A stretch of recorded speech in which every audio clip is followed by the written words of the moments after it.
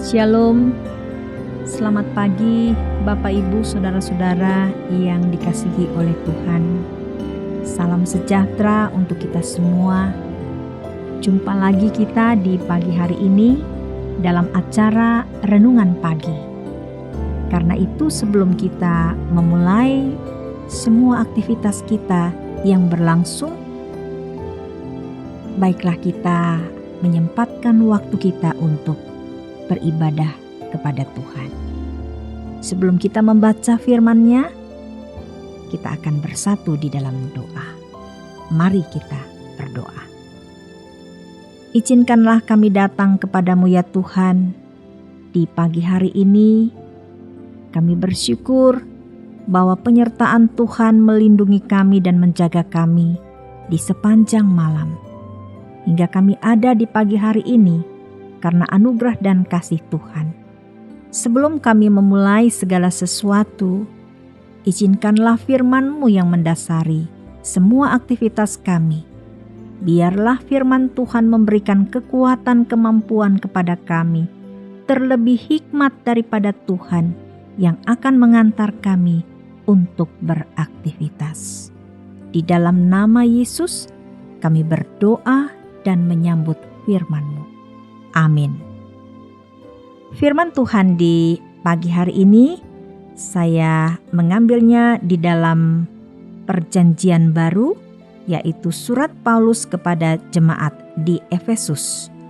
Efesus pasalnya yang pertama ayat 3 sampai dengan ayat 14. Sekali lagi, Efesus pasal 1 ayat 3 hingga ayatnya yang ke-14. Demikian firman Tuhan.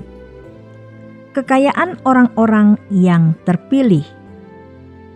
Terpujilah Allah dan Bapa Tuhan kita Yesus Kristus, yang dalam Kristus telah mengaruniakan kepada kita segala berkat rohani di dalam surga. Sebab di dalam Dia, Allah telah memilih kita sebelum dunia dijadikan, supaya kita kudus dan tak bercacat di hadapan-Nya. Dalam kasih Ia telah menentukan kita dari semula oleh Yesus Kristus untuk menjadi anak-anak-Nya, sesuai dengan kerelaan kehendak-Nya, supaya terpujilah kasih karunia-Nya yang mulia yang dikaruniakan-Nya kepada kita di dalam Dia yang dikasihi-Nya.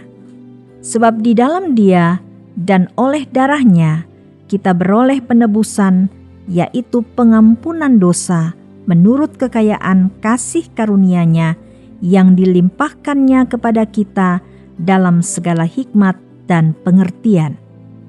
Sebab Ia telah menyatakan rahasia kehendak-Nya kepada kita sesuai dengan rencana kerelaan-Nya, yaitu rencana kerelaan yang dari semula telah ditetapkan-Nya di dalam Kristus sebagai persiapan kegenapan waktu untuk mempersatukan di dalam Kristus sebagai kepala segala sesuatu, baik yang di surga maupun yang di bumi.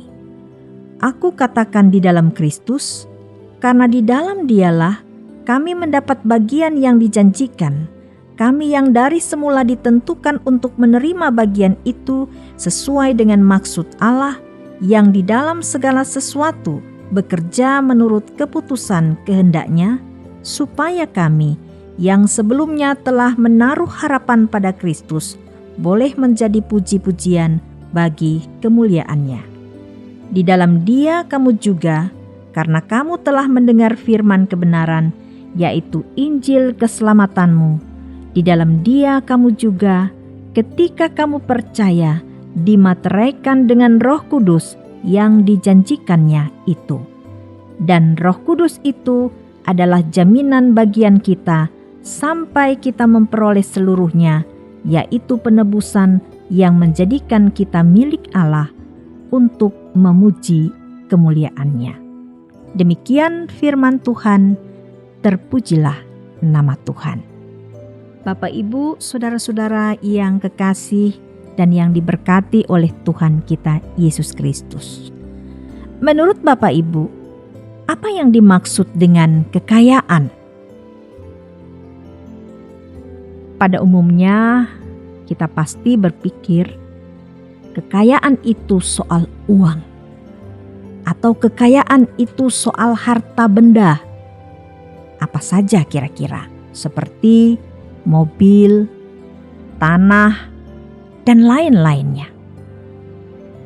Paulus dalam suratnya kepada jemaat di Efesus menjelaskan soal kekayaan orang-orang terpilih. Maksudnya, orang-orang yang ditebus, orang-orang yang diampuni, orang-orang yang diselamatkan oleh darah Yesus. Saudara-saudara yang kekasih, Paulus melihat kekayaan atau harta bukan hanya soal materi, benda seperti uang, rumah, mobil, dan lain-lain sebagainya, tetapi juga di dalam hal iman.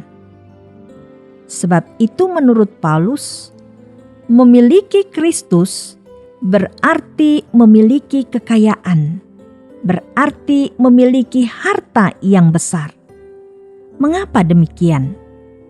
Sebab di dalam Kristus kita memiliki segala berkat-berkat rohani. Itu Bapak Ibu lihat di ayatnya yang ketiga. Yang kedua,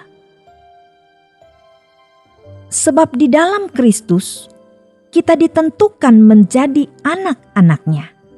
Di ayatnya yang kelima. Yang ketiga, di dalam Kristus kita beroleh pengampunan dosa. Pada ayatnya yang ketujuh. Yang keempat, sebab di dalam Kristus kita diberikan hikmat dan pengertian. Ayatnya yang kedelapan. Yang kelima, sebab di dalam Kristus kita diberi Roh Kudus. Itu ayat 13 dan ayat 14. Saudara-saudara yang kekasih, 5 hal di atas tadi tidak dapat kita beli dengan apapun. Sekalipun kita mempunyai uang yang banyak. 5 hal di atas tadi hanya dapat kita peroleh jika kita hidup di dalam Yesus. Itulah kekayaan. Itulah harta orang yang hidup di dalam Yesus. Jadi, kalau kita mau memiliki harta tersebut, satu saja syaratnya, yakni hidup di dalam Yesus. Bapak Ibu Saudara yang kekasih dalam Tuhan, Paulus juga mengingatkan bahwa kekayaan atau harta tersebut diberikan kepada kita supaya kita hidup kudus dan tak bercacat di hadapan Allah. Dan supaya Allah dimuliakan, supaya Allah dipuji dalam hidup ini. Ayat 6, ayat 10 dan ayat 12. Jadi ketika kita mengatakan bahwa kita adalah anak-anak Tuhan, maka kita harus selalu berusaha, kita harus selalu hidup dalam kekudusan di hadapan Allah. Ketika kita mengatakan bahwa kita adalah anak Tuhan, maka kita pun harus meyakini bahwa Tuhan kita adalah kepala, Tuhan kita adalah penguasa, baik di bumi maupun di surga. Pada ayatnya yang 10. Saudara-saudara yang kekasih dalam Tuhan, sepanjang kita hidup, pasti kita perlu harta kekayaan.